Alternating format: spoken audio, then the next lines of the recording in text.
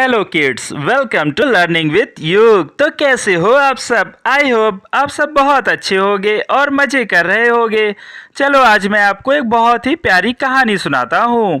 बहुत समय पहले की बात है, एक घना जंगल था। उस जंगल में बहुत सारे फलों वाले पेड़ थे और उन पेड़ों पर एक बंदर रहता था जिसका नाम मिंकू था। मिंकू बहुत ही समझदार और शरारती बंदर था। और उस जंगल के पास से एक नदी भी बहती थी। उस नदी में बहुत सारे जलीय जंतु रहते थे, जिसमें बहुत सारे मगरमच्छ भी रहते थे। और उनमें से एक मगरमच्छ था जिसका नाम क्रोको था। क्रोको थोड़ा सा मोटा मगरमच्छ था और वह अपना शिकार पानी के अंदर भी करता था।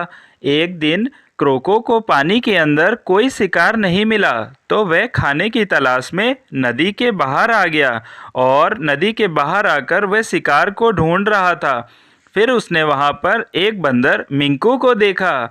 मिंकू ने मगरमच्छ से पूछा, हेलो क्रोको, कैसे हो? क्रोको ने बोला, मुझे बहुत भूख लग रही है, क्या तुम मेरी मदद कर सकते हो?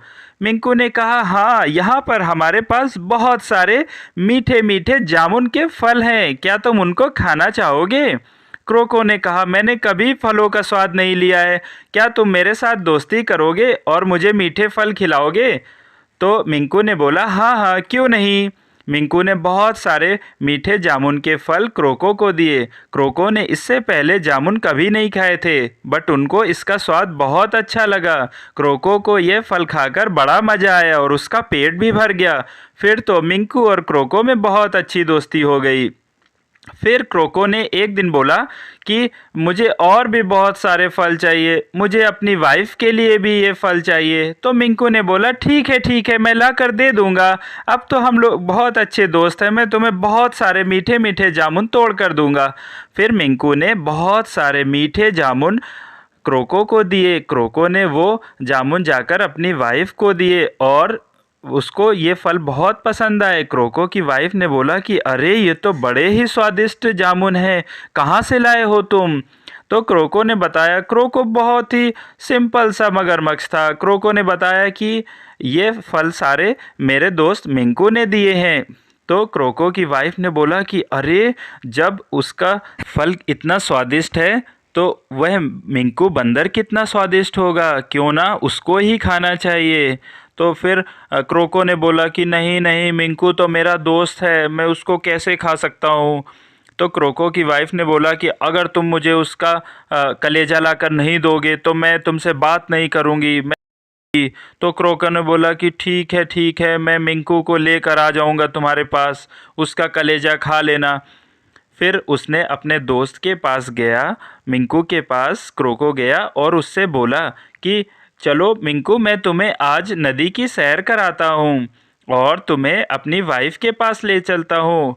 उसने तुम्हारे जामुन की बहुत तारीफ़ की थी, वो तुमसे मिलना चाहती है।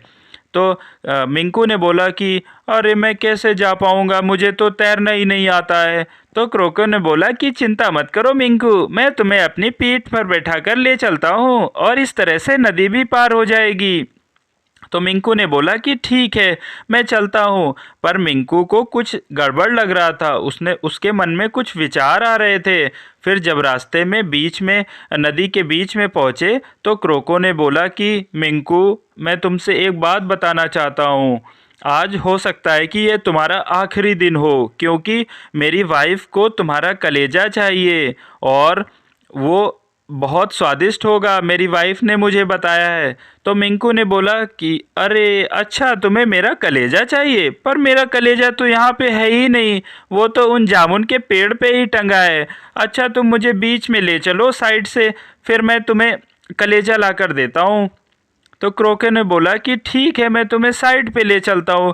क्रोको थोड़ा बुद्धू सा मगरमच्छ था और उसने नदी के किनारे पर जैसे ही पहुँचा, मिंकू ने बहुत तेज छलांग लगाई और जामुन के पेड़ पर जाकर चढ़ गया और खूब जोर से हंसते हुए बोला कि अरे क्रोको भैया, आपको इतना भी नहीं पता कि हमारा कलेजा हमारे शरीर के अंदर होता है, वो कोई पेड़ पर नहीं होता है।